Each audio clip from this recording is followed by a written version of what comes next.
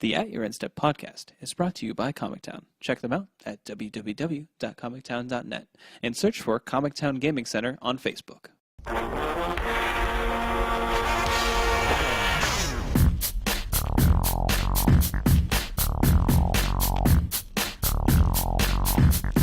Hello, and welcome to At Your End Step. My name is Morgan, and I am here with Mike. No, my name is Morgan. I'm here with Mike. Stop that. And Dave. Hey. Now, I tell you to stop that because I almost said Jordan for some reason because we just talked about him before the podcast started, so I didn't want to screw up, but I almost screwed up. Talking mad-ish.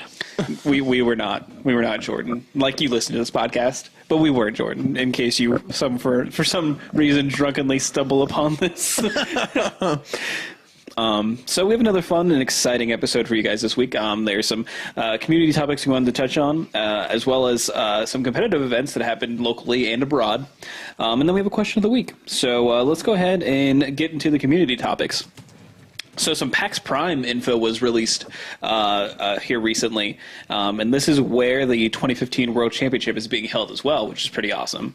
Now, as we know, Wizards typically does a panel as well as have a big Magic party, and it'll likely be around Battle of Zendikar is what the panel is going to be about. Amongst other things, they usually do their supplemental product information as well during this time. So, and then the parties usually when they had the giant oversized cards that are there to get us hyped pretty much. I hope there's a giant oversized Emrakul cosplay, and that's how they end the party. It just comes in and just comes down from the ceiling. Who ate all the food? That guy annihilated it. He just took it all. So. PAX, PAX Prime doesn't start till August 28th, but they want to get this information out ahead of time and everything like that. But pretty exciting stuff. I'm glad to see that they're still supporting it. And then of course even more so with having a tournament there, which is pretty awesome. So after that, they also have announced the next duel deck. And it'll be Zendikar versus Eldrazi, which really should be everyone versus Eldrazi, right? Like multi-planes versus Eldrazi. Match. It's more like the big what are those the large cases, the class action lawsuits where it's like the people versus Eldrazi. Really, that's probably what it should be like. Now, how big of a cage would you need to keep, I don't know, Kozilek? Pretty big cage. Yeah. I hope this is like it's like Kozilek is like the Eldrazi foil, then it's like a nomadic core. It's like on the other side, we wanted to pick this as real as possible. So. And in this corner, 1/1 guy. It could actually be Stoneforge Mystic though. An interesting way to print that card again. That is pretty interesting, actually. I think that would be a great way to do that. In all honesty, that card is very hard to print in a format that they don't have a legacy masters or anything like that, and I don't foresee that card coming off the ban list anytime soon for modern. So, and I guess they could reprint it again in standard, but now that we know it's like Nahiri, it's really kind of hard for them to do that since they kind of again reprinting it in standard also makes it really awkward. You open this and standard card's supposed to go into modern, but not this one, buddy. Yeah, not this one. Sorry. So yeah, I think it's a pretty interesting idea. So we're gonna say that could be our going bet is that Stoneforge Mystic. I don't know if anyone else has said that because I haven't actually seen that. You guys are more up on it, but oh no, I this is what I thought when I saw it. Okay, cool. So we can call that. I actually don't think it'll be one of the three Eldrazi Titans. At least not the current form of the Eldrazi Titans. Not with their impending reprint. Now, is this where they usually put one card? From the new set. From the new yes, set? Okay. It was Zurgo Helm Smasher last time versus Arcanus, which was weird but cool. Yeah. By the way, Arcanus, such a much not even close in quality wise. I got attack for 7 with haste.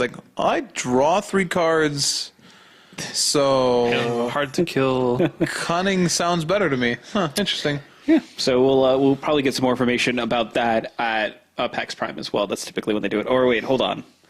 It comes out the same day. The same day. So yeah, well, never mind. We'll get more information about this. You can buy them at PAX Prime. Before PAX, Value. excuse me. Yeah, I said that and I looked at the dates. So yeah, it comes out on August 28th. So that'll be pretty sweet. And then this was just announced recently as well. I don't know if it was today. I just saw it today, but was either today or yesterday. It was yesterday. Yesterday. They're actually changing the way that prize payouts happen, and this actually starts with GP Charlotte. They're using a system called iPayment or something of that notion. It's basically a third-party company. Yeah, I pay out. I pay out, whatever. Which isn't an Apple company, from what I understand. Yeah, It's usually that's odd to me. Like, So basically, you can, providing you have a functioning Wizards account, sign up for iPayout. Yeah, that's a big if. That's because I've seen so many people complain about Wizards' new setup, and then like I don't even know how to get it. I don't even know how to do any of this. I had to call them.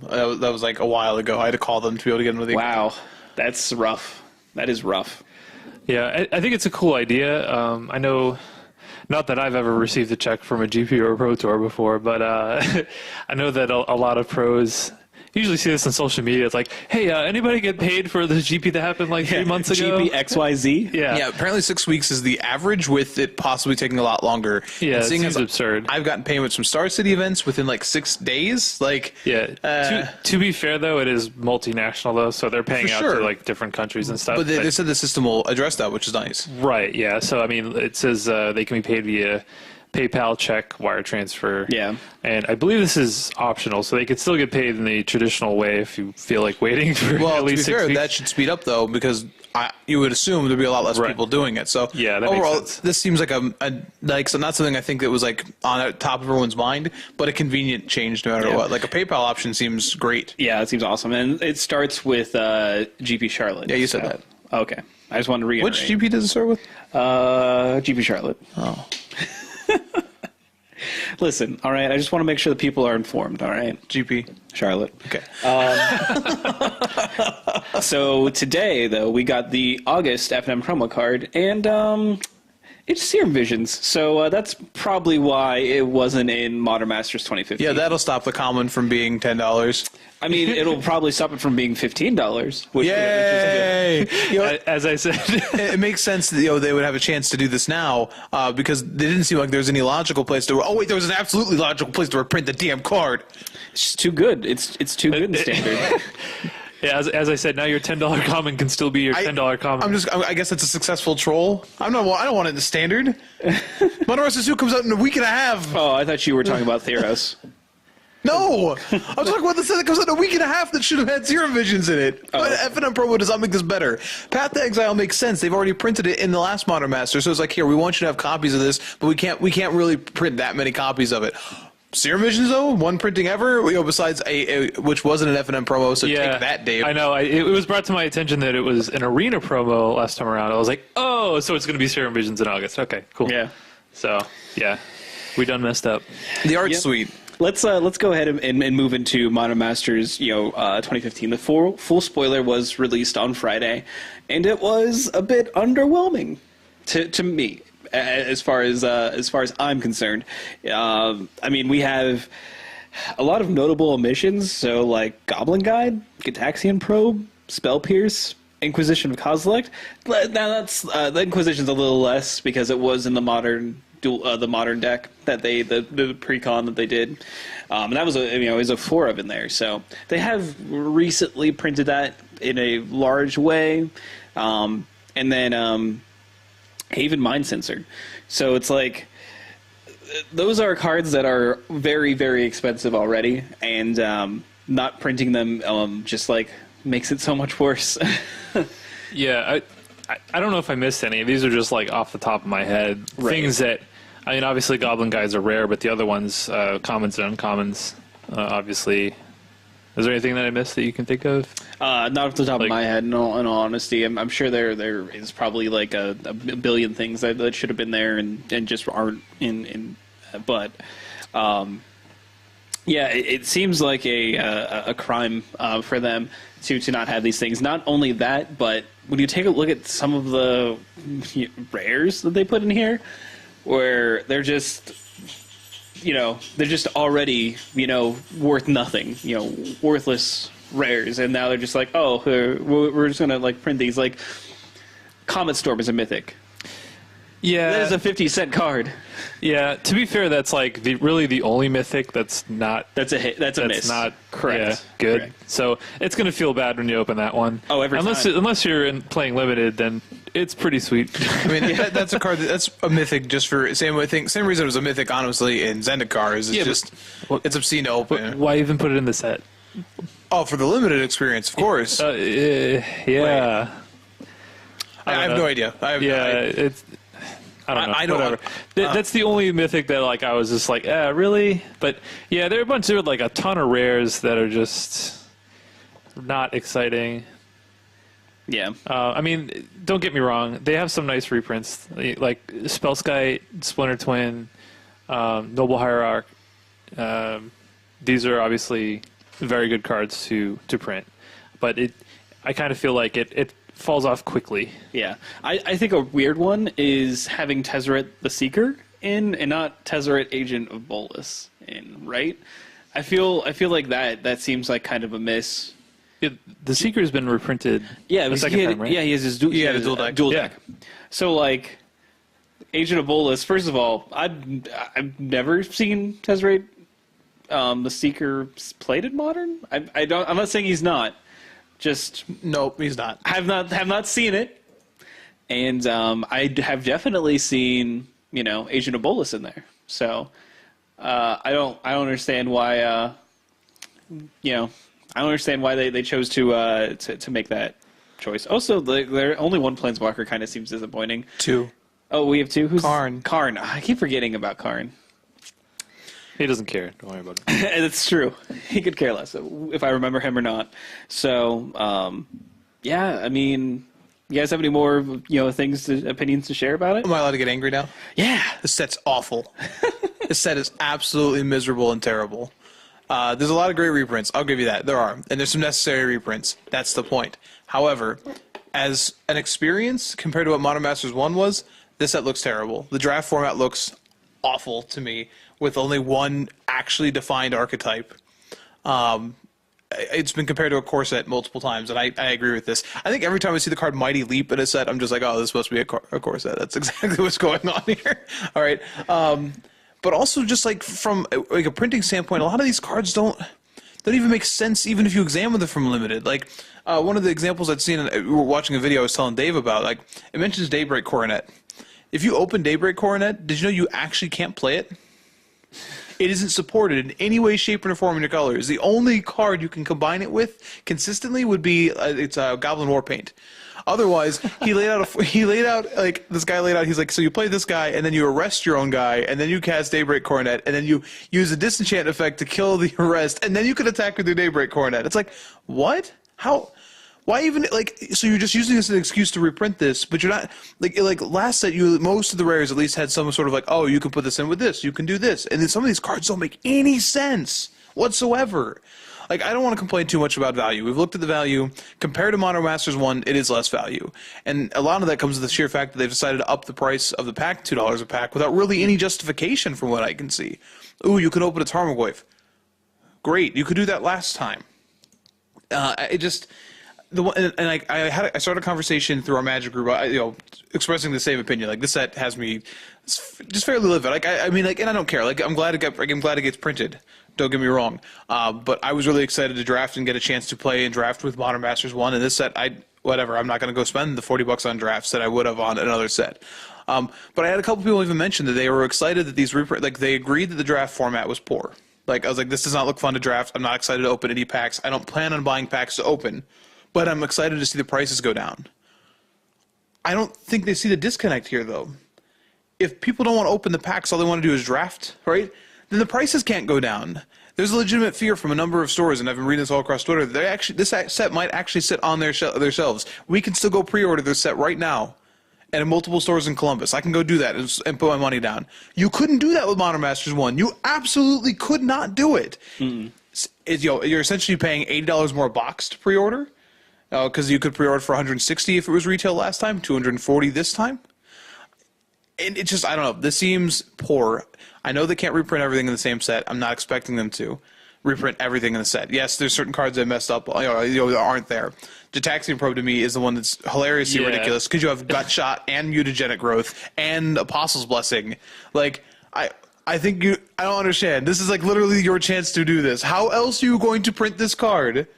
Like, where else are you going to print that card? You had one job, Wizards. It just, And it's Sam frustrating. Todd, what are you doing? What are you doing, buddy? Come on. It's frustrating that they're okay with continually allowing certain cards to just stay at an astronomical price, but then like killing other cards. Like absolutely. I mean, Dave, you said you wanted to put Spectral Procession under the value uncommons, but you can't. You literally can't put it under the value uncommons anymore. The art isn't even a spectacle because that's the art that was in the dual deck, right? Yeah. It's like, so we can reprint Spectral Procession 7 times, but we can't reprint Sleight of Hand once since 9th edition. Like I don't understand how this works. Like you have the avenue to do it. Fix it. We really needed telling time though again. Oh, absolutely. At With Commons, so that's why anticipate, that's why we couldn't Literally could have printed a card in standard currently that is better than the card they actually put in this set. So that's where we're at. And for me, I felt like there were some cards last time where the justification came from the draft format, right?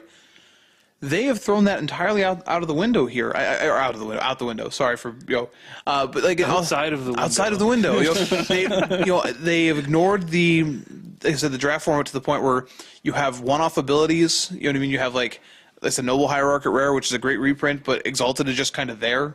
You've got a ley line at rare, just one. Like okay, cool. Like this does not make a cohesive format. It doesn't look like I don't know. This whole set just feels like an absolute bust to me. And the complaint comes from the fact that the first Modern Masters was so good, right? Like, it doesn't even look like it doesn't feel like they even tried the same for the draft format. There was such a focus on the draft format. Like, I have a cube. I have a Modern Masters cube. You won't be following that one up. There will be no Modern Masters 2 cube.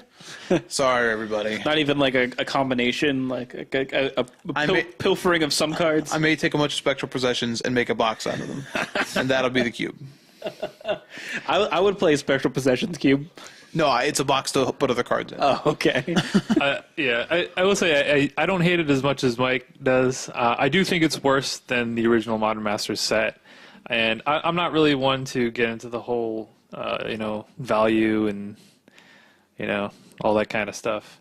Obviously, that's important. You want basically the thing that I'm concerned with most is I just want more modern playable cards in the pool so that more people can play Modern. Like I love Modern, and it's my favorite format now probably, and I just I want it to be accessible.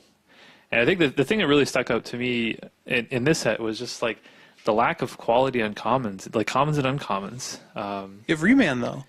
All right, yeah, Remand is good. I will give him that. Yeah. And it falls off dramatically after that. I actually made a spreadsheet. Smash Smithereens is the next. Yeah, Smash the Smithereens, but they're printing it at common here, so I expect that one to go drop down a lot. Yeah, plummet. Let's see here. We got So I made a list of just commons and uncommons that were valued over $1, and these are at current prices, so I expect all of these to actually go down. But we have Remand is the big one, and then after that, the next highest one is Smash the Smithereens. Then we have Electrolyze, which was also in Modern Masters 1. Lightning Bolt, again, I guess. Vines of Vastwood, Cranial Plating, Expedition Map, Dispatch, Dismember. Well, let's think about this. Dispatch, I mean, there's no way that card holds over $1. It doesn't see play. No. Yeah. Dismember had a 4 of printing in the original Zendikar F&M deck, and then I think it's another 4 of in the dual deck. It was an F&M promo as well. It was F&M promo. It was like, now I get it. You brought back Phyrexian Mana, but again, you brought back every Phyrexian Mana card except for Gitaxian Probe. Leave Dismember out. It's format warping by itself anyways and limited. Like, yeah, it's very frustrating. Yeah. So it's like you're not even getting much value from, like, basically if you don't open up like a great mythic, and I will give them this, almost all of the mythics are high value. So if you open up a mythic, unless you open Comic Storm, you're probably getting pretty good value out of the pack. And there are a handful of rares, maybe about 10 rares that are. It's like 2 per color plus a couple okay colorless ones. But even the rares like fall off dramatically. Oh yeah. I mean, we got Guile. I mean, Noblest of War. Maybe somebody wants that. Ant Queen. Yeah. All Sun's Dawn. I mean. Oh man, All Sun's Dawn. That's Type 4 staple, man. Long forgotten Gohei. Yeah, come on. problem is too, and there's a number of articles about this. Like when we're looking at value stuff, we actually did our research because Dave wanted to talk about this a fair amount. So we looked at Chase Andres, we looked at MTG Goldfish, we looked at a number of things, and pretty much the overwhelming thing is, yeah, technically as of right now, pack value is $10. Now you can look at this two ways. That's $10 not including the foils, right? But you have to hit pretty well on the foils for it to be anything. And it's also $10 before any sort of price drop off. Okay, we've already got cards like I said, like Dark Confidant, that's holding a really shaky price because it just isn't seeing play. And how does another, you know what I mean? That card's gonna drop like a rock, which makes me look stupid. I mean, you can buy the Modern Masters 2-1 that some places pre-ordering for $50. I mean, when's the last time Dark Confidant was $50? And that's pre-order. So more than likely it goes down from here. But additionally, you could draft. You could have. There are a number of stores that did Modern Masters drafts, and you go in and you could pay less. You could pay your $30 including prize support, which now it's essentially $40 for most places, and you could reasonably expect with uncommons and even through the rare slot to get some of that value back, to have trade fodder. Whatever. Here, you actually opening 3 packs, the percentage is overwhelming in the favor of you opening 3 bulk rares and getting almost no value. And that's terrifying. Like, to me, like, oh, I'm going to put $40 in for a format that isn't even enjoyable to play. I mean, I overpaid to draft Conspiracy because that suite was, set was sweet to draft and it looked fun. I'm not overpaying for this set, to draft something that's miserable and not even be like, well, at least the value was there. It's not. It's just not. Now, I will say, obviously, none of us have actually played the limited format yet. So I'm going to withhold judgment on that until I actually play it. But I will agree that it doesn't look... It looks very scattered. Like, it's kind of like, oh, they threw in, like, a Soul Shift, like, Arcane theme, and then we have, like, an Artifact theme, and then there's, like, a Tokens theme in green. And it's kind of... It feels like it's really all over the place, and there's really not a lot of support for any one of them. Now, I know that MTG Goldfish did break down, like, the archetypes. So there are 10, archetypes in theory. So you can, take a look at that if you want some more information on, what could be the angles you take in the draft. But they don't seem to, with Modern Masters 1, the draft archetypes screamed at you. Like, you could see them. They were there. They were clearly defined, With this one, it's more like, kinda. You can kinda draft this. But it felt like Modern Masters 1, it felt more cohesive. Yeah. Like something like Empty the Warrens. Like, oh, I could play that in a Storm deck, or I could play it in the Goblin deck. Mm-hmm. It's good in either one of those. I don't know, like...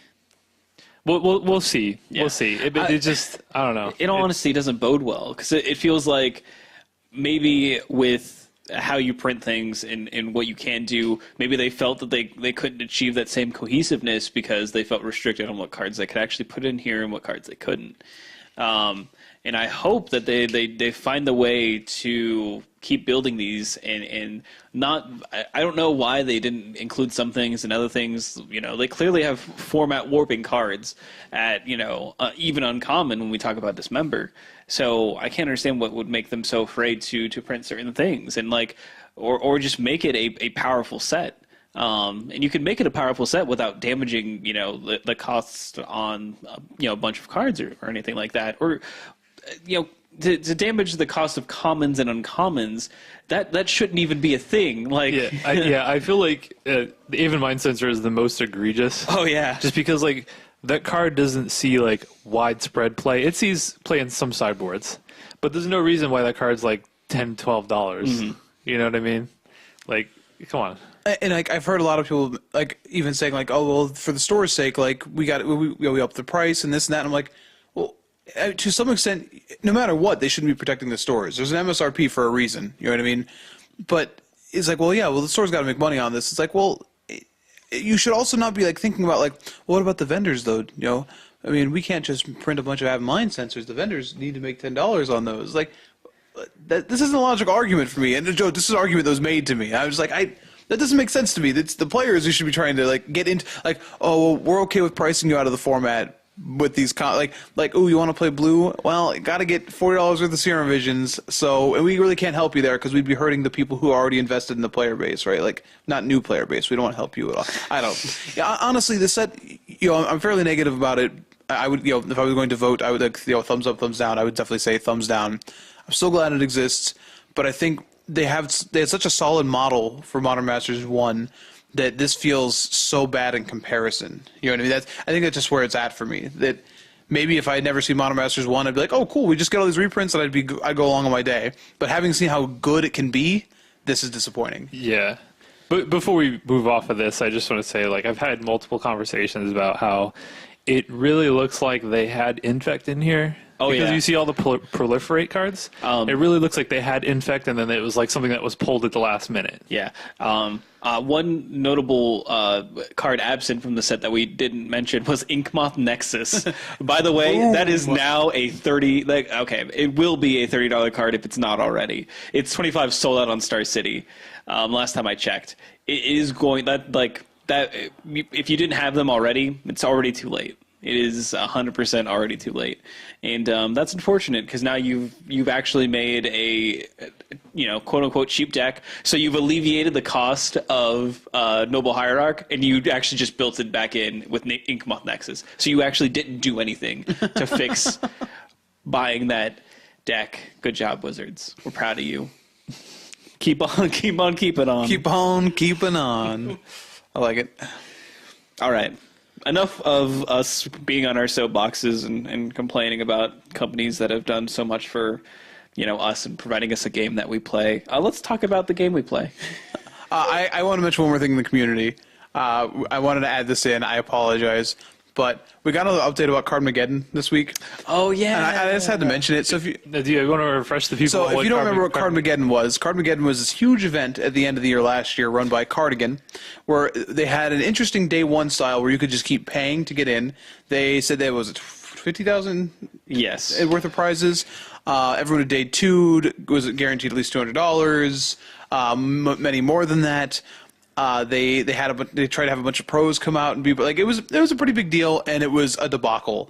They had 200 players total show up. It's pretty bad. They did not make any money off this. Well, no one had gotten paid yet. Okay, I'm telling you, this is the end of last year. It's like November or December of last year. Yeah, I think it was the beginning of December. So we're in May now. No one had gotten paid yet. They need that new iPayout system. Well, apparently... Well, they just had the no payout system. The no payout system. Well, they got paid this week. Oh, boy. How much? Kind of. Oh. They got paid a percentage back. Everybody did, based on the money they received for entry fees. So if you were owed $200 or $150, you were paid $30 this week. If you were owed $300, you got paid $60 this week. And you got a letter that explained why they couldn't pay you the rest of it, and a promissory note saying that they will pay the rest of it. LOL. Yeah. Oh, so man. it was a debacle before. And honestly, it may have been better for the company for them to just try and not pay it out, just to pretend like it never happened. Be like, I do not know what you're talking about. Now you have a bunch of promissory notes around, that people could take legal action on. So a lot of people are assuming the promissory note, we owe you this, is a way that they can prove how much they owe before they declare bankruptcy. So they just they just send out a handwritten note, just I owe you $140. It's this one. Magic monies. This one has coffee stains on it. I guess it's still admissible in court. I don't know. I mean, they said they literally paid out all the money they took in on fee, on entry fees, and that they don't have any more money right now, and they're talking to investors to try and do this. I mean, if you're actually talking, what investors so what am I investing money in? Well, we're actually down a lot of money. Yeah. So you're in the red by X many dollars. but so it'll be interesting to me when they do probably just declare bankruptcy, and then all these people try to take action in court because well, I have a promissory note. Well, you're technically a debtor and they can't pay you, and we have protection now under bankruptcy, and everyone just burns Cardigan down, and then they get the insurance money, and then they can pay everybody. I see. It's the long con. I just want to mention this because we have so many good we have obviously Wizards themselves stepping up their game and having so many GPs and just this, and Star City Games just firing on all cylinders with their opens. TCG player still somewhere in the middle, but they aren't not paying people. Every TCG player event I've gone to, they've given me money. They do pay you. Actually cash on the spot. Humble brags. Every TCG. Everyone that I attend, I get money. I want to make sure it was worded that way because ding, okay? I don't care if that's only $50 sometimes. It's $50, okay? But in all reality, this is like, so when you have all these positive things and you have this one big glaring thing and it just won't go away. It just like, it literally is Carmageddon.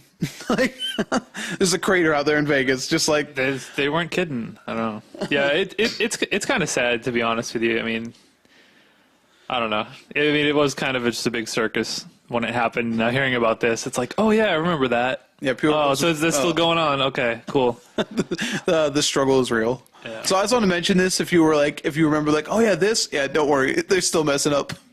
This is a 6-month-long fail plan. Like, Yeah. it just keeps going. We'll let you know when they go bankrupt. All right, moving on. So we definitely had a few tournaments over the weekend. Dave and I actually attended the local PPTQ held by Comic Town, and it was a good time. Mike cannot attend because he is not able to. He's not allowed. No, they wouldn't let me in. Nope. They literally kicked him out of the store. No, just kidding. He didn't even show No, up. I went golfing. I bragged about it on Twitter. Bragging about golfing, that's... Well, So somebody, if you need seems a like- partner to go golfing with next time, ding. we'll get to that. Ding. Oh, okay. I had somebody mention that golf was golf and Magic were really similar, and I'm like, yeah, I'm actually competent at Magic though. I pretend to golf. So it was actually a really large tournament. There was 49 people.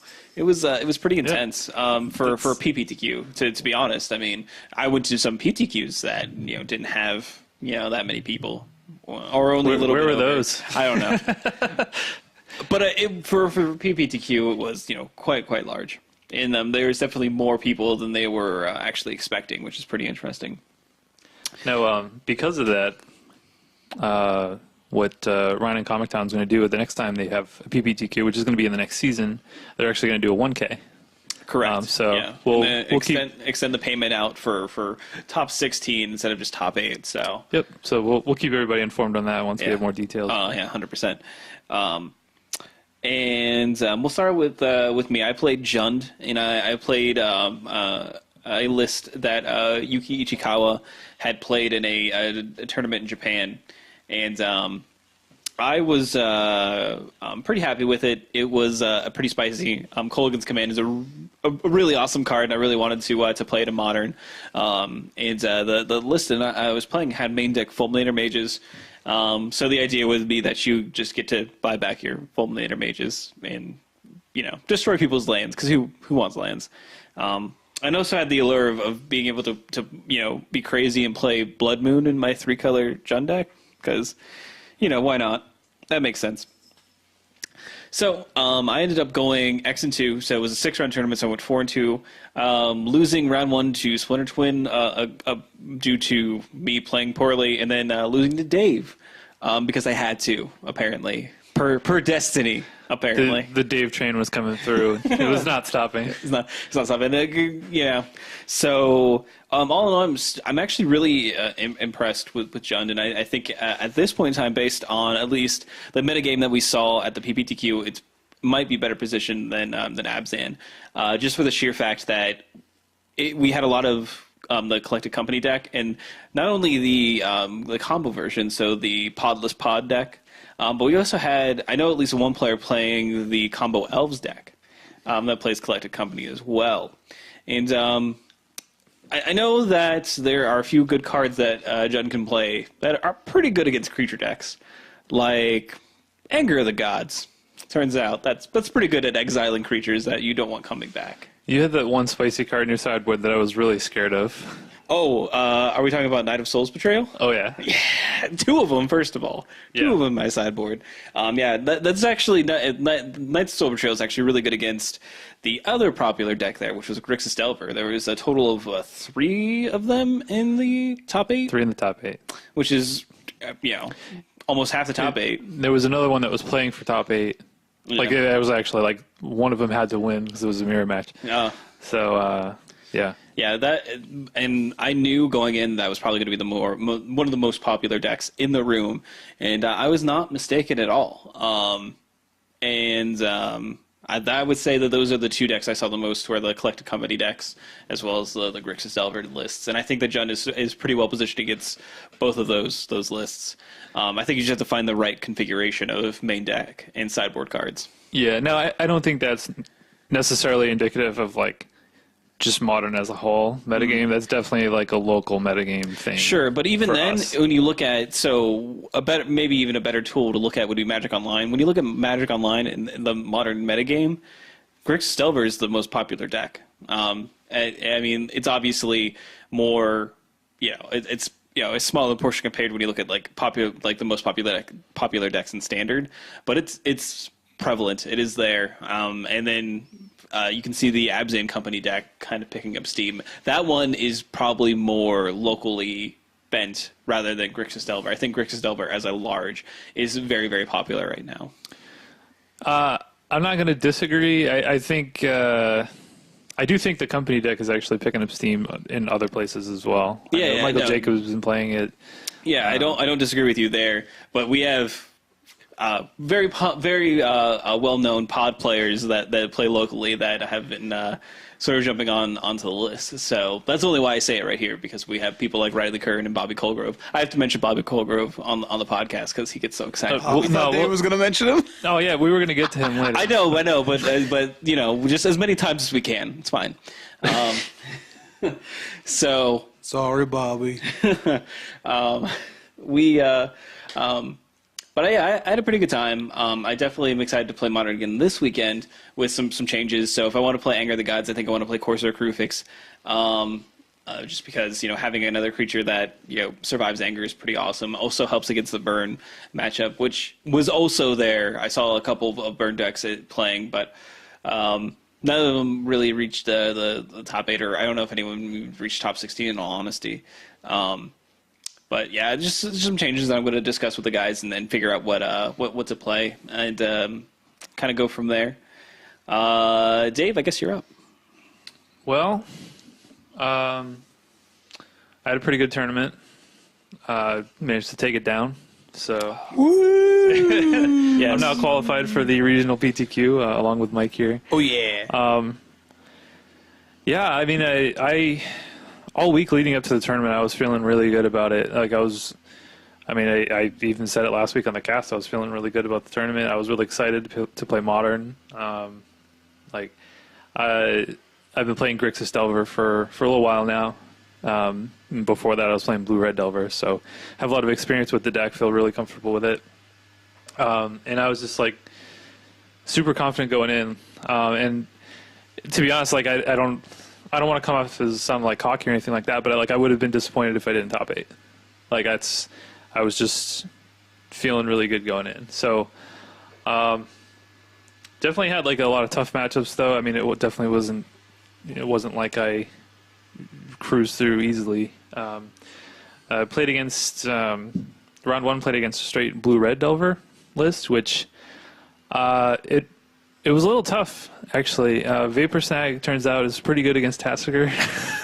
I'm going to delve all these spells away, and then I'm going to play as Tasigur. Yeah. I can't do that again, though. Stop that. Yeah, and they have a little bit more burn as well. Mm-hmm. Got crushed game 1, and then happened to win the sideboard games with Dragon's Claw. Was a pretty big... turned those games pretty well in my favor. Played against Affinity round 2, and that's a matchup that's generally pretty easy. I mean, I have a lot of removal, and as long as they don't get the nut draw with Edge Champion is the card that is, I guess, the most scary because I can't really deal with it outside of a Shadow Storm type effect after sideboard. But I was able to beat that. Yeah, and not to mention Kolga's command. Yeah, I was just going to say, the version I played, I was playing one Kolgan's command main and one on the board, which they're good in a variety of matchups, but they're super good against Affinity for obvious reasons. Yeah. Everyone likes playing a main deck 2 for 1. Yeah. Round 3, I actually played a mirror match against our buddy RG from was he from Cleveland? Yeah, that area. Yeah. Okay. But he's actually playing Grixis Delver because I basically told him to. So he was playing a list that was very close to mine. Mirror match is really weird, and as much as I've played the deck, I actually haven't played the mirror that much, so it was a little, it was kind of a learning experience for me. But there wasn't really any particular skill to it. Definitely, I believe it was game 2, he was definitely ahead with like 2 cards in hand to my no cards, and I just happened to draw really well the rest of the game. So I do want to play a Dark Blast in the sideboard going forward for the Delver Mirrors. As you said, that's getting to be a very, very popular deck, and I feel like Dark Blast is really, really good. You're saying a recurable removal spells. Well, I mean, it's not even a recurable. Not only that, but it also fuels your Delve. Yeah, that's pretty cool. Which is really sweet. Like, one of the ways to get ahead is to get like a quick Tassiger or a Gurmag Angler, and I can almost it can act as another Thought Scour type effect. Like if they go turn 1 Delver and you like kill their Delver, the next turn you can actually delve and play, or you can dredge and then play a big delve spell. My only loss to the tournament was to Abzan, which honestly is a tough matchup. Lingering Souls, just the card Lingering Souls is a tough one to beat. What are you shaking your head for? Because Mike never drew him against me. That's true. Definitely had an awkward Blood Moon in game 3 where like he had a swamp in play, so his board was like Swamp Treetop Village and an uncracked Verdant Catacombs. And I wasn't really set up for Blood Moon. I didn't have any black mana at the time, but I didn't have any black cards in hand. And I thought like maybe if I cut him off a white, I can have enough of an advantage to be ahead like in the game enough to take it. So definitely like play Blood Moon, he cracks and gets Forest in response, and he just had the plains in his hand. So the next turn he just plays Siege Rhino, and I'm just like, oh. But got him. Yeah. So that was my only loss to the tournament. Next round I played against Morgan and won that. You got some unfortunate. It was unfortunate. Morgan was way ahead in game 1, resolved Chandra, and then zeroed into a bunch of blanks. And I was able to. I had 1 land too because you killed all my lands with Fulminator Mages. Yeah, that was fun. So I literally had a swamp in play for like 5 turns. And I ripped a Tassiger at one point, and that was like because that was like one of the only cards I could actually cast. And he just kept drawing like Thought Seizes and lands off of his Chandra. So she doesn't like me very much. Yeah, very fortunate. I hate to tell you. 6th round I was able to ID in, so that felt good. I actually thought about playing, but like there was a chance that if I lost, like my breakers were very good. For all the X1s, I had the best breakers, so I think I could have played, and then even if I lost, I would have been in, and like that way I would have been like the 1 seed going in, but I didn't want to chance it, so I just didn't need it. Didn't need it. Top 8 played it against Ad Nauseam combo actually, which was interesting to see that. I mean, that hasn't been a super popular deck, but it's definitely one of the decks. There's in the at least 2 of them there. Yeah. PTQ. Yeah, and it was funny too because I felt like it was a good matchup for me, and this is kind of just in general, fast clock plus disruption usually is good against combo. That's just in a general sense. Yeah. And I felt like I was definitely advantaged against him. Yeah, he felt like he had a good matchup against me, and I'm like, oh, that's weird. Like we both thought we had good matchups. That is weird because I mean that's how Green Black X defeats combo, and you're just like disruption spell, Tarmogoyf, go. Yeah, and instead I'm going to kill you. Can you kill me faster? Yeah, instead I'm just like Delver or Tassiger plus Spell Pierce, right? Whatever. Yeah. But I was able to win that in 2 games. So top 4 played against Bobby Colgrove playing the Abzan Collected Company deck. And that's another deck that I hadn't really played against. I mean, obviously I'd played against Pod back when that was a deck, so I knew it was very similar. It's like the same thing. Kinda. I don't think so. Kinda. It's a joke. Though I did see a line of play that Pod would never have been able to do.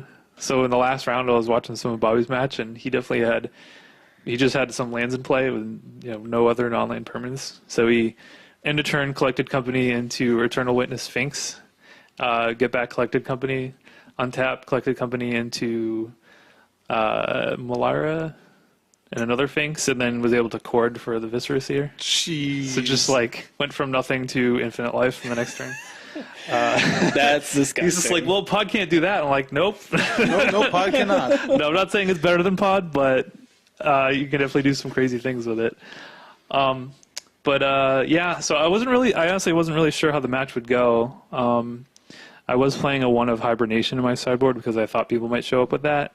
It never actually came into play, but game 2 was like super insane.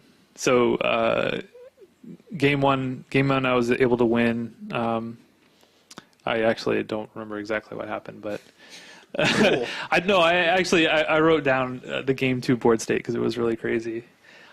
So on his side of the board, he had an Anafenza Kindry Spirit, 2 Scavenging Oozes, 2 Kitchen Finks, a Murderous Red Cap, Spellskite, and a Noble Hierarch with a +1 counter on it. And the Spellskite is something that he had in play like the whole game, and it was really messing me up. And along with the Scavenging Oozes were kind of messing up my Delve and my Snapcaster Mages and all that the whole game as well. So he's at 13 life, and I know he has 2 cards in hand. One of them I know is a Blood Baron of Viscopo, which, if that thing resolves, is like insane against me. So on my side, I have a Gurmag Angler, a Tassiger, 2 Young Pyromancers. I have 2 Flip Delvers, so 2 Insectile Aberrations, and my hand is 2 Snapcasters, a Deprive, a Spell Snare, and a Bolt. I have no graveyard because the Scavenging Oozes has just been eating, and I'm at 3 life, so it's pretty low. So on my turn, I attack with my Delvers, put him to 7. And I noticed that his Noble Hierarch is tapped, so he doesn't have any blue. So I decided to bolt him to get him low enough where I could potentially win with the Delvers next turn, because he has no way to block them. And with him having no blue, he has to pay 2 life to redirect to the Spellskite. So I bolt, he redirects the Spellskite, he goes to 5. So on his turn, he ends up attacking me with the Anafenza, 1 of the Scavenging Oozes, both Finks, and the Red Cap. And I basically have to... I can't let 2 creatures die because the Scavenging Ooze would put him up to 7, and then I wouldn't be able to kill him with the Delvers the next turn. So I have to somehow block in a way that 2 creatures won't die, and also not die because I'm at 3 life. So like I'm tanking forever, and I'm trying to like think. And basically the play was play a Snapcaster Mage, hold priority, spell snare my own Snapcaster Mage so that I get 2 elementals from my Young Pyromancers. Now he can still eat the one Snapcaster. He can eat the Snapcaster Mage in my graveyard, but that would only put him at 6. And I was able to kill him on the next turn with my Delvers. So it was really insane game. Now, if he had had a Quarter Calling, I would have been dead because he would have been able to instant speed, infinite damage me. But I think that's the only way I could have won that game. But yeah, super close game. There's a lot of tanking going on both sides. I appreciate JP letting us, think it out. He really didn't rush us along or anything. But yeah, super close match. And then the finals, I played against RG again, Delver Mirror in the finals, and definitely had the Colligan's command of the gods. Oh yeah, if you will. Dave's known for blind flipping, mainly Delvers, but sometimes it's the top of his library with a Chronos God of the Storms, and when he reveals Colligan's command so that he can destroy his opponent's Batterskull. It's pretty good.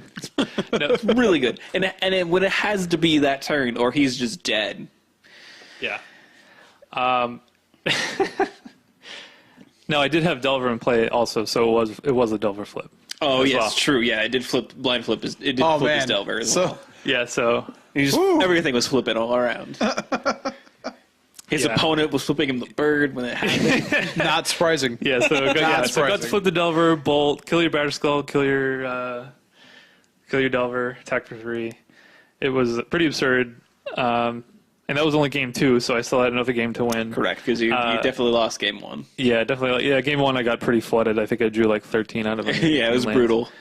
But game 3 was pretty anticlimactic, actually. I had a quick Tassiger and had Dispel and the Spell Snare backup, so I was able to counter his Murderous Cut and his Terminate, and he never drew a third land. So I was able to just, protect my Tassiger and pretty much just go to town. Yeah, I mean, it was an awesome tournament. Felt really good to win. I'm not really actively trying to qualify for the Pro Tour, and I've said that in the past, but I'll come out for Modern, so definitely gonna prepare. I mean, gonna prepare my ass off for the RPTQ when that comes up, and I know Mike will be as well. So hopefully one of us can get there at least. I'm just glad to have somebody who will scoop me in because he just said he's not care about. Hey, don't take that as I'm not trying to win. No, I understand. I mean, we're in top 8. And it's you can send me to the Pro Tour and you gotten to go. I mean, is that like the Yoda moment for you? Is that like the like? We'll see what happens if we get to that point. Oh wow, okay, wow, Not even yet. I can't just tell you, man. I got to keep you in suspense a little bit. But got to keep you working. Yeah. Sounds more like a Palpatine then. I don't know. Do it. But yeah, I don't know. Like I know I've said this before, like on here when talking about tournaments that I've won, but like I just felt like super locked in the top 8. I know, like even JP actually was just like, I don't think you were breathing the whole time like when you were playing, and I was just like, I was in the zone. I wish you would have known how good you were going to do. I wish you would have told me, so I didn't even go. Jeez. Well, I needed You wasted his money. Yeah, I needed you to be there in round 5. Whatever. You owe me dinner. But what? Anyway, to speak about the top 8 as well, deck lists should already be out. They are. They are. So we have the 3 Grixis Delver lists. The other lists we talked about, Abzan mid-range. But I think the 2 we didn't talk about were Bloom Titan was also in the top 8, as well as Gift deck. 4-color gifts. Yep. Yes. Good. So, yeah, I mean, I think our top 8 was pretty interesting. I was kind of surprised to not see any sort of burn. I know that was sort of being really really popular in the format, and maybe people just were finally prepping for it. And then like Affinity, those are kind of the 2 I was surprised not to see do as well as I thought. But yeah, I think it was a pretty good representation of Modern. Besides the influx of Grixis Delver lists, but maybe you had one of those and then like 2 other lists, maybe it could have been like fairly even. But again, like the 2 other people that top 8'd, Chelsea and RG, were heavily influenced by me. Like basically telling them, "Hey, this deck is sweet." Do it. No. I'm not trying to. No. I'm not trying to brag or anything, but like. Sure. Yeah. I mean, no. I feel like I put, I top 8'd like 3 times in one tournament. Only when you believe in the power of the dark side will your Delver's blind flip. Oh man. So is Grixis officially like the dark side of the Force? Is that what we're doing? It has black in it now, so I guess it went to the dark side. Anyway, yeah, I mean, congrats, Dave. Genuinely am excited for you. Yep. Got to travel, buddy. Pretty excited. You guys will have to tell me all about it. There's only one person left on the cast. Yeah, it's frequently only one person left. We get it. All right. Hey, to be fair, you gave 2 of these things away last. No, one. that's Just true. one. Okay, it's fair. I 2. guess. The first one I genuinely lost. So, but Karma doesn't forget, man. It's just like the North I know does not forget. It's unfortunate. Anyway, so let's go ahead and shift our gears and move over to Standard and GP Paris. So the whole tournament was won by a poor man who's I'm going to butcher his name. I know it's Amand Dozamont. That sounds nice, at the very least. He was playing Abzan aggro, and I mean, when we take a look at this top 8, there is definitely a lot of Abzan. Period. Actually, a lot of green-white, because we have 2 Abzan aggro lists, 2 mono red lists, 1 Abzan control list, 1 Abzan megamorph, and then 1 Abzan green-white Coco, as the cool kids are calling it, in reference to a popular song, which, just so you know, don't do any Coco. Yeah. Yeah. Just don't do it to yourself. Just don't do that. Or collected company is what I'm referencing. And then Green Red Devotion, which is actually kind of surprising. That deck had kind of fallen off the cliff a little bit, but Cheon played it in the Super Standard League, and I guess a lot of times with the different metagame things and that we have in the other regions of the world, and just different things show up and rise and fall in popularity, and maybe he predicted that this would be a good time to play some Green Red Devotion in the format. Who knows? So yeah, I mean, did you guys check out any of the coverage or anything like that? I did not. I was pulled to Dave this weekend. It was pretty much entirely removed from Magic this whole weekend. So I've gone back and looked at it, but I didn't watch the coverage. I was busy winning a PPTQ. No, I did watch a little bit of the top 8, but that's about as much as I watched as well. Yeah. Sunday was kind of a laying on the couch and watching GP Players coverage day for me. And there were some interesting plays that happened in the last round of the Swiss. Yeah. I remember there was some. Basically, it was kind of like if you're watching a football game and like the final score is like 6-3. It's like a lot of punts. That's kind of like what it was. But I remember them commenting on certain things, and it definitely shows you that Abzan Aggro is a pretty powerful deck, and you don't necessarily have to play perfectly to get some unbeatable draws with it. yeah, a lot of people are considering this to be the best deck in the format now, and I feel like it's just like it's just to spite me. It's like I wrote up Abzan Aggro. I'm like, I'm never playing this deck again.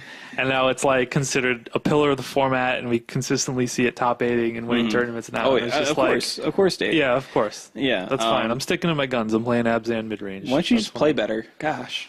No, I should just get a better list, I think. I think my list was bad. But So when we take a look at the day 2 archetype breakdown, we see that it kind of looks the same. We'll get back to that. I just want to talk about this real quick. So we see that everything kind of looks the same. So we have Red Aggro being the most represented list, followed by Abzan Aggro, and then Esper Dragons. Now, I'm sure if you take Abzan as a whole, it's probably the most represented 3-color pairing, if you will. Pairing. Grouping. Grouping is a better term. yeah, I will say we have Mardu Dragons was the 5th most played deck, and it's not like it was that far off of like the top 3. Yeah, no, not There were at all. 17 Mardu Dragons decks in day 2, which is slightly surprising, but we have seen these creep up a little bit in the last couple of weeks. Deck Crackle and Doom. Yeah. Snap, crackle, and doom. Yeah, Snap, Crackle, and Doom.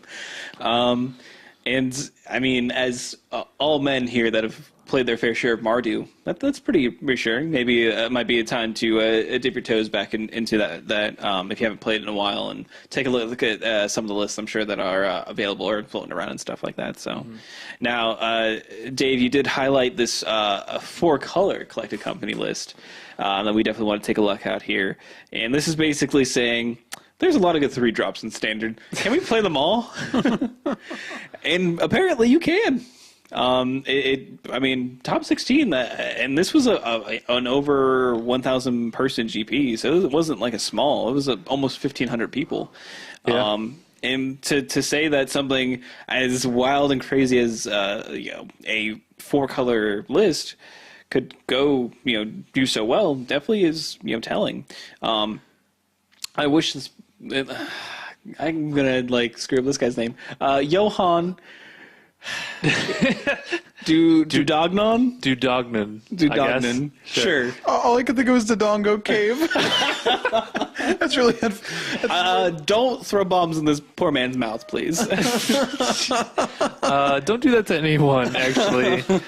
Gorons love it, man. I just want you to understand. Is this man a Goron? I did not watch the coverage. So I don't think so. that'd be so awesome. I'm pretty sure that he could not forge me an oversized sword. He'd just be sitting. He'd just be sitting there, and when he won, he'd just be like, It's a Goron pounding his stomach. I want you to understand that's what's happening right now. That's amazing. Man. So less about what this man may or may not have been, more about this man's list. So he's playing 4 Fleece Main Lion, 3 Seeker of the Way, 3 Radiclaw Mystic, 4 Goblin Rabblemaster, 4 Savage Knuckleblade, 4 Mantis Rider. Oh yeah. Oh yeah. And an Elspeth.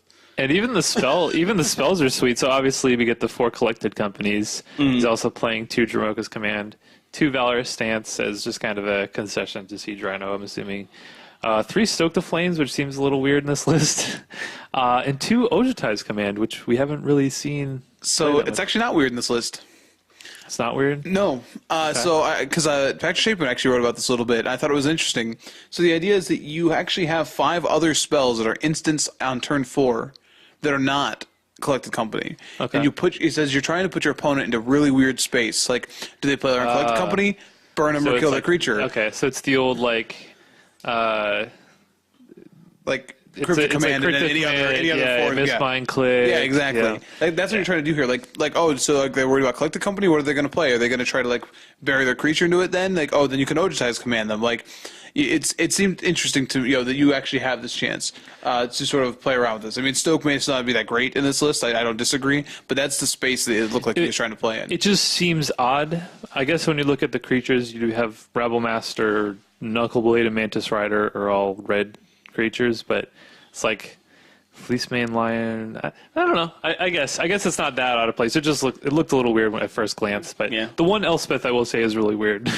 One Elspeth Sun's Champion main. So Elspeth's just actually pretty powerful against the Absent Aggro list because they typically can't deal with it very well unless they have Wingmate Rock, and they have to have their Wingmate Rock. Other than that, it's very powerful, and also versus any of the Death Mist Raptor lists it's pretty powerful against because they're only as really Den Protector, but most of the time they just can't get through it as well. So I think that's why we're kind of seeing a resurgence of Elspeth. Again, Chapin is also I think it was Chapin that wrote about why you should be playing Elspeth on Star City.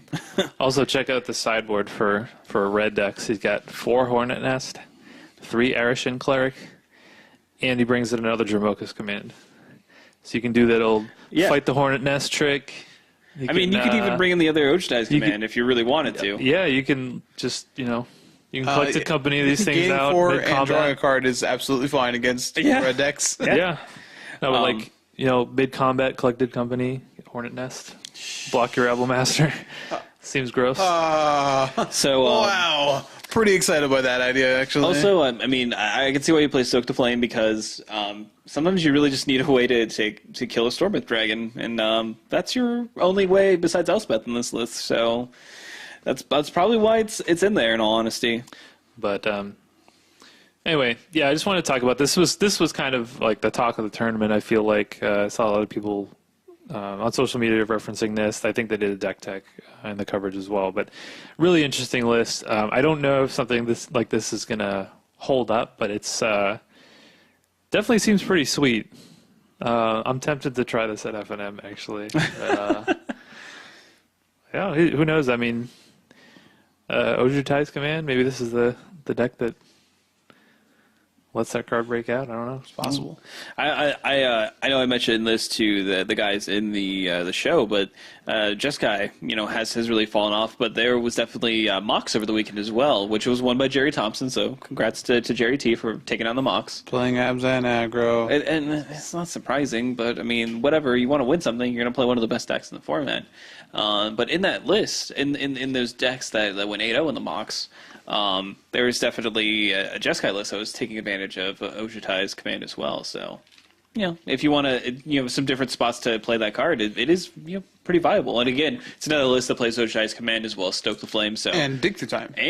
So it's definitely in a scenario where you want to be playing, like when you're untapped on turn 4, you are playing something. Anything relevant. It definitely seems interesting. So there's a lot of powerful creatures in the format. Its interaction with Collected Company itself probably puts it in an awkward position because the thing you'd most want to be doing with a 4-mana counterspell is countering their Collected Company. So it's a little awkward there, but it's definitely not terrible against any of the dragons. I definitely don't feel bad Crypto Commanding and Ojutai. I like counter that draw. I feel like I'm ahead now, so Yeah. it's interesting. Still probably not the best card in the format by any stretch. You know what I mean?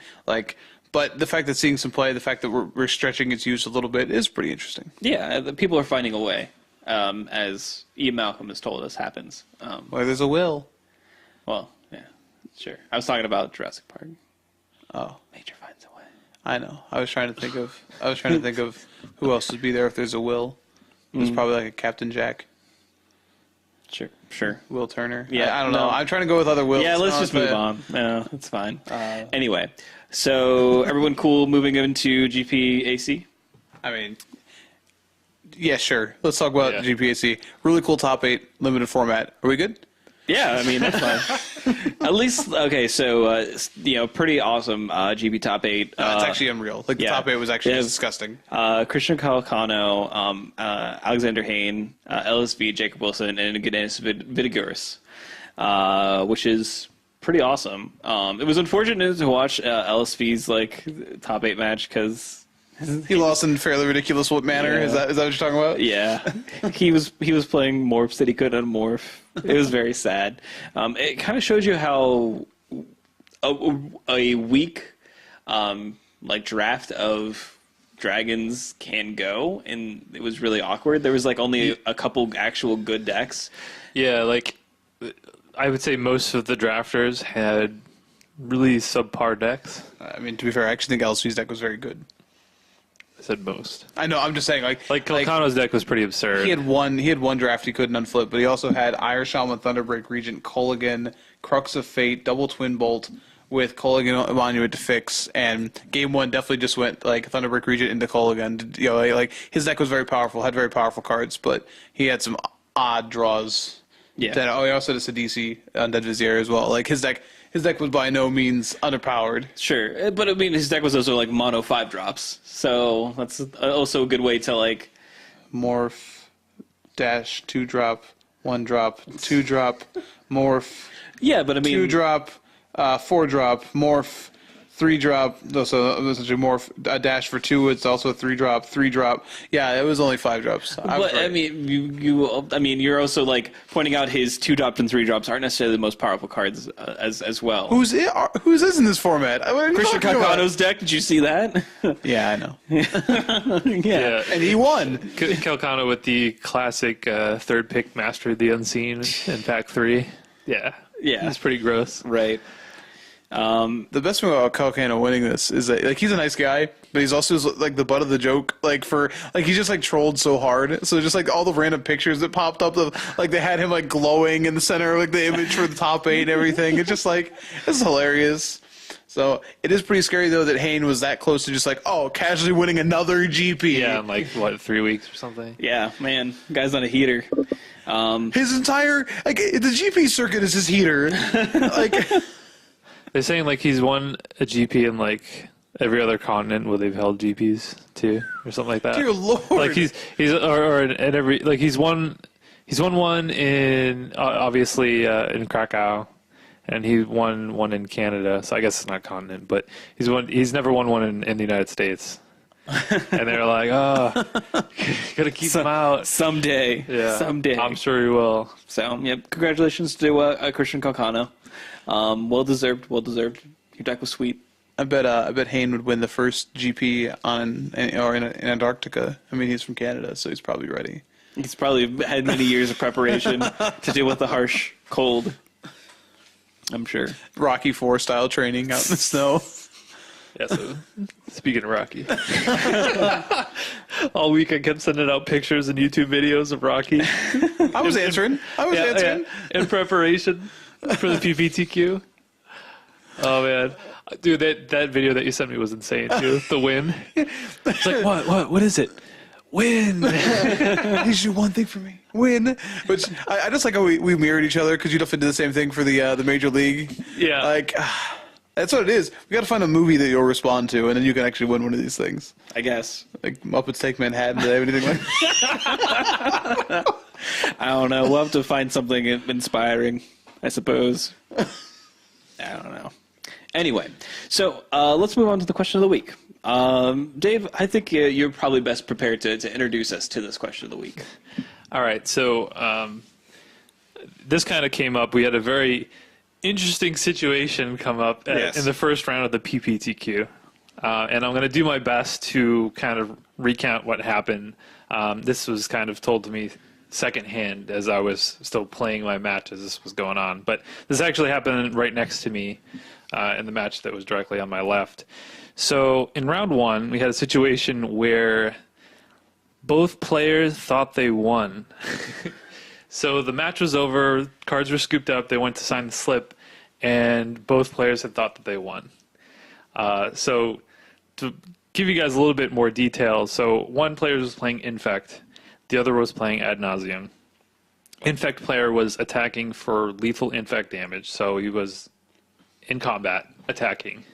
Ad Nauseam player plays Angel's Grace, which it will prevent him from losing that turn because it says you can't lose. But as soon as it goes to the next turn, you basically die, do state-based effects because of more than 10. Because you're just so sick. Yeah. Untap dead. Right. So the way I understand this happened was, so Ad Nauseam player plays Angel's Race, casts Ad Nauseam, then extends his hand. So the Infect player thought that he was basically scooping. Ad Nauseam player thinking, oh, I won because I have my combo. And awkwardness ensues. So it resulted in a rather long judge call. So basically what I'm getting out of all this is, I mean, obviously the situation could have been avoided with better communication between the players as to what actually was going on. But I feel like also with better post-game etiquette. So the question of the week this week is, what type of pre- and post-match etiquette do you employ? I guess I'll talk here since you guys got to talk through most of the competitive match without me getting to say much. Yeah. You can talk about your competitive golf if you want. I had a really bad round. Playing softball has just destroyed my golf swing to begin the season. Like I'm like turning my foot, like I'm trying to like swing through it and just like topping the heck out of things. That happened last year too. For a couple, the first few matches, it will. The first few times I go out, it will. But okay. It was question of the week. So for one, I mean, I'm a pretty friendly person. If you see me like at FNM and even bigger tournaments, most rounds I'm pretty jovial. I will joke with you. I always introduce myself, shake hands, that sort of thing. I've never been like. So I've never been sort of like Cedric Phillips. I'll mention, who is someone who like would play the very, very friendly angle as a way to like disarm somebody. That's not my intention. I'm the kind of person who can get wound up really, really quickly, like either tilting or just getting like taking too much stress. So I have to play it fairly casual to begin with to keep myself in a good mental state. I will say that the same as I'm generally the same all the way through the match. I will quiet down if I know the other person is tilting and I'm empathetic to it. I'm not always empathetic to it though. Sometimes it's actually just ridiculous and you don't deserve it. And I can say I'm definitely guilty of a person who I will stick a finger in your open wound if you're being a jerk to me. So it's probably not a really good way to go about things, but sometimes you just got to go in for the kill. But as far as like actual etiquette, like I said, I'm always a person that shake hands. How you doing? What have you played against so far? How's your tournament going? And post match, like I like to ask questions. And FNM, I definitely try to be like a teacher. Like not that I'm trying to say I'm condescending and like better than everyone I play against, but if I see something that's really like jarring to me, like oh why did this happen? Like I'll write it down. Like I'll write it down on my life pad and just be like, hey, by the way, I don't know why you did this. And that interaction will actually normally tell me if I ever want to talk with you ever again. And I'm very honest. Like if you play against me at FNM and like I'm like, oh man, I was wondering why you did this, and you were just like, well, because of this and this, and you were just like a jerk about it. I was like, oh okay, well I have no desire to interact with you ever again. Like you don't have to be receptive to it, I guess, but like at the same time, you don't have to just be like angry on it. Just like, oh well, this seems like this. So I guess my whole thing is to try and keep it professional but friendly. It can't always be that way. Sometimes you have awkward interactions. Sometimes you have very negative interactions. But I also try to be very clear, which I know is what you're trying to get at with this, Dave, is this idea of being clear.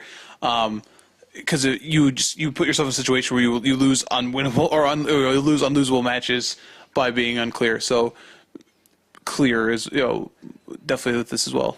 So I don't know. I guess I'm trying to think of like etiquette things I try to mentally go through and do, and beyond like sitting down and shaking your hand and stuff. I don't try to actively do anything else beyond not be awful. Yeah. How about Morgan? You got anything?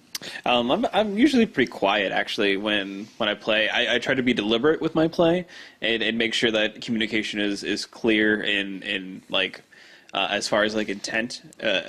But most of the time I'm not very talkative. I'm not very good at small talk in general. Now I can play off of someone if someone is very talkative, like I will also be talkative. But if it's not there, then I typically don't force it or anything like that. So I just try to keep it, pretty a business as far as what I'm doing. But I never feel like I'm necessarily rude to people unless I literally can't stand them whatsoever as a human being, which there are a few of those people that exist. And again, at that point in time, I'm just your opponent in playing Magic, and I don't have to interact with you in any way, shape, or form beyond what I have to play the game of Magic. And I'm okay with that, because I don't want to interact with you any more than I actually have to. But again, not rude. I'm just not talkative. I'm just not trying to be your friend. I'm just trying to play a game of Magic, and that's fine. And I think that's acceptable. Well, you would think that's acceptable. But I mean, like, if someone were to do that to me, so if someone were... Oh, no, like, for sure. Yeah, you don't have to. Like, I like to engage. Mm-hmm. And I like that for a couple of reasons. Just because, one, I think it gives me... And I don't... There's no competitive thing I hear generally. But I do think it gives me a better idea of what an opponent is thinking. And maybe that's something you're discussing. Like, if you are sort of ambivalent, if you're sort of, like, not engaged, maybe it is, harder to figure out what your opponent is doing. And I feel like once we're engaged, like once I'm engaged in the match, I'm engaged in any amount of conversation, that I have a much easier time reading people. But as a person, I view myself as someone who is very social and generally pick up on social cues fairly well. So that is a skill for me, which is if you don't feel you're confident in that, then you're not going to do that. And I think either way is fine, as long as you're not just sitting down and just being like, don't tell me your name. I don't even want to know what your name is. Yeah. And that's what Dave does, and he's just a jerk. Yeah, I can't believe that he gets away with some of that stuff. And he just won a PPDQ. That's a lie. Can you believe that? Back. No, I feel like I'm. I feel like I know that was just your transition word there, but it was also insane. Like you took that back. You're like, no, but I feel like I don't know. I feel like I'm nice, but I do notice that I'm oddly quiet a lot of times, and it kind of feels awkward. It feels like I should be more engaging, but I just don't put forth the effort because of I don't know. Because I just don't. I'm just lazy, or I just don't care. I'm sorry, but I don't want people to think that I'm unfriendly. I think that is a genuine concern that I have.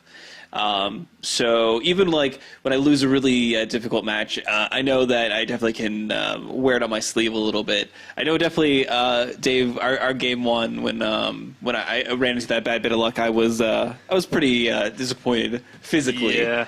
But I tried to rebound, and I tried to rebound pretty quickly from that stuff. I don't want to feel that way, because I know that I play a game that has variance, and variance happens, and there's nothing you can do to escape it. So I just kind of choose to accept it and move on. And as far as that goes, even be receptive to feedback post game. And I think like that's a really hard thing to get into when you first start playing, because you don't necessarily like being told that you did something wrong, regardless of what it is actually, whether it is Magic or whether it is something else entirely. And being receptive to feedback is, again, something that can be very difficult to learn. So I try to do that very quickly when I started playing in, trying to not be offended and not be hurt when people were trying to help me get better. And I think that's something that, post-game etiquette is something probably good to pick up on early on, is be receptive to people talking about how you're playing. And I think that if you can hone that in Magic and transition that to like the rest of your life, you'll probably live a better life in general. But at the very least in Magic, you might get better. Okay, Preachy. What do you got, Dave? I think for me, it actually varies quite a bit, which is kind of weird. So generally before every match, I'll at least say hello to my opponent, maybe ask them how's it going, shake their hand, introduce myself.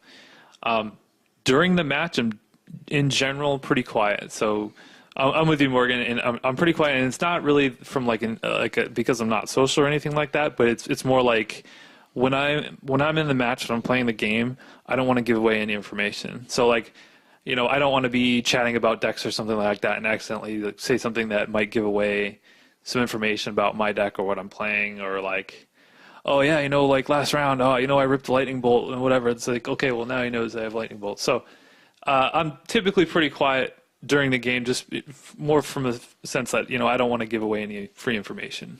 But that's just, the competitive side of me. But like I said, it really varies. It depends on what tournament I'm playing in, really.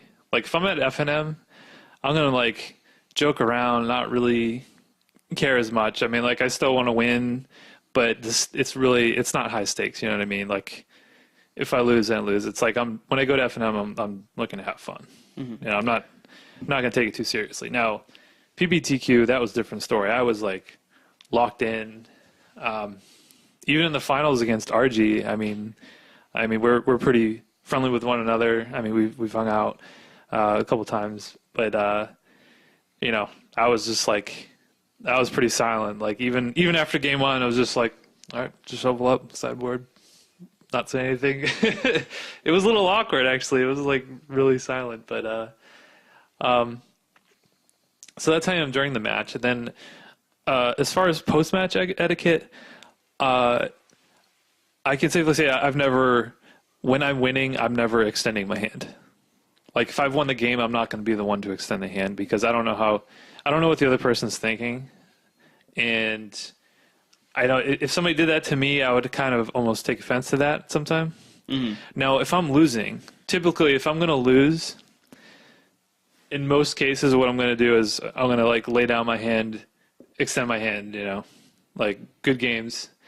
Even if I'm tilted or if I'm upset or disappointed, maybe I got knocked out of top 8 contention or anything like that, it's not my opponent's fault. We're playing a game, somebody has to win. I'm not going to take it personal. I mean, it is your opponent's fault, technically. Okay. Yeah, I guess. But I don't know, it just happened. Weird. I'm not going to take it personally. You know what I mean? Even if I feel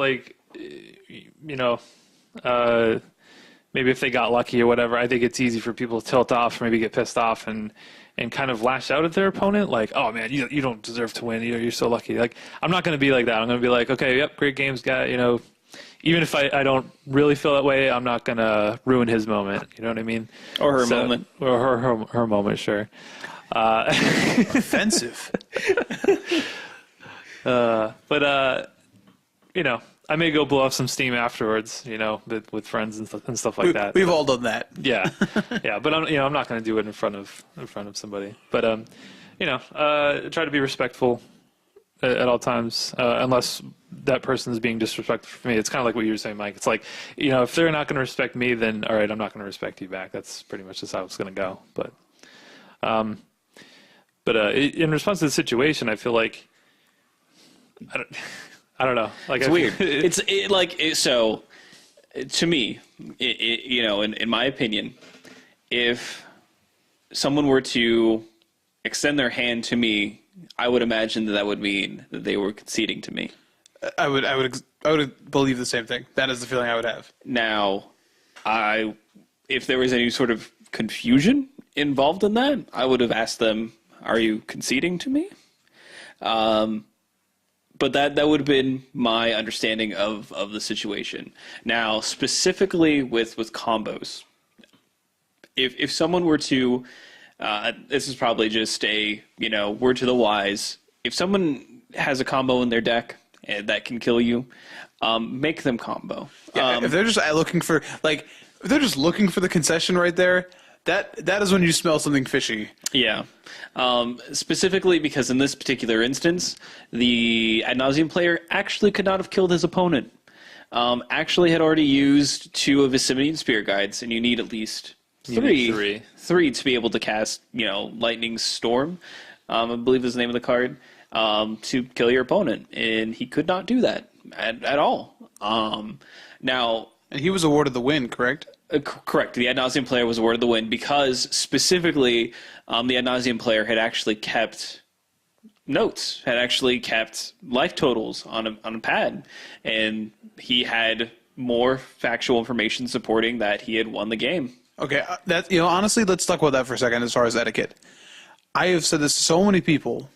Record your life totals on a thing that isn't a plastic piece of dye. Like, do not do that. You need to write this down. Technically, in a competitive level tournament, you need to have pen and paper. Like you should actually have that to track your life totals. Well, more than that, how can you ever prove anything? How can you ever do it? You have literally every single judge call. It's like you've cut off your right arm and then call the judge with your left arm.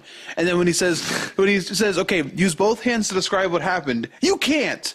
Yeah. You cut one off.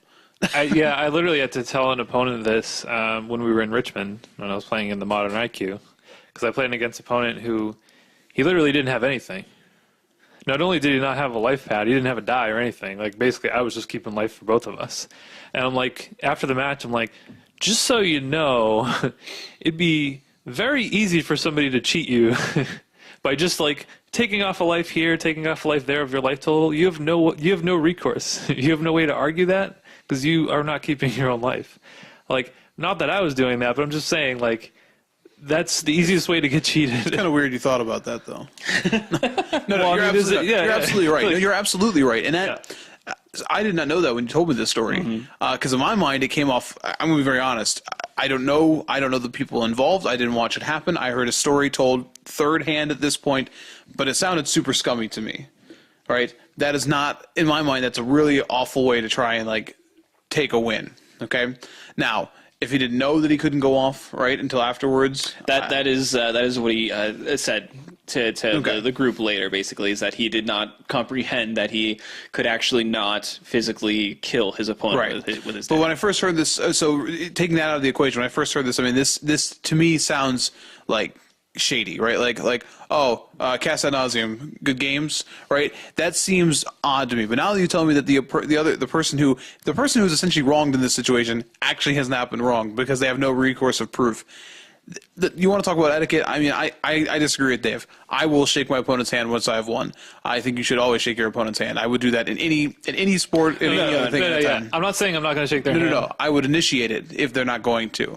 Like I'm very resolute about that. You know what I mean? And I don't think that's just a personal preference. I'm not a person who's like patting them on the side of the face by sticking my hand out so far. Like, Sure, but then the question would come into play that would you do that when there has been a definitive end of the game, like a definitive? oh no, don't get me wrong. Because I don't think I'm saying he's saying like if there's a definitive end of the game and I would be like, hey, good games, and I would extend the hand. I'm not saying I do that like when I have the win on board. I've actually had I've actually detailed some negative experiences where I've actively tried to not slow roll an opponent and they got very upset with me about not playing the game out, and I was like, oh well, that's a whole awkward thing on its own. Right. But I mean, I agree with how you sit down to this. But if you want to talk about one thing of the one piece of etiquette then that could change all of this, keep track and be able to prove things on a piece of paper. And we've talked in here before about our Keller, who's been on here a couple times for our set review shows.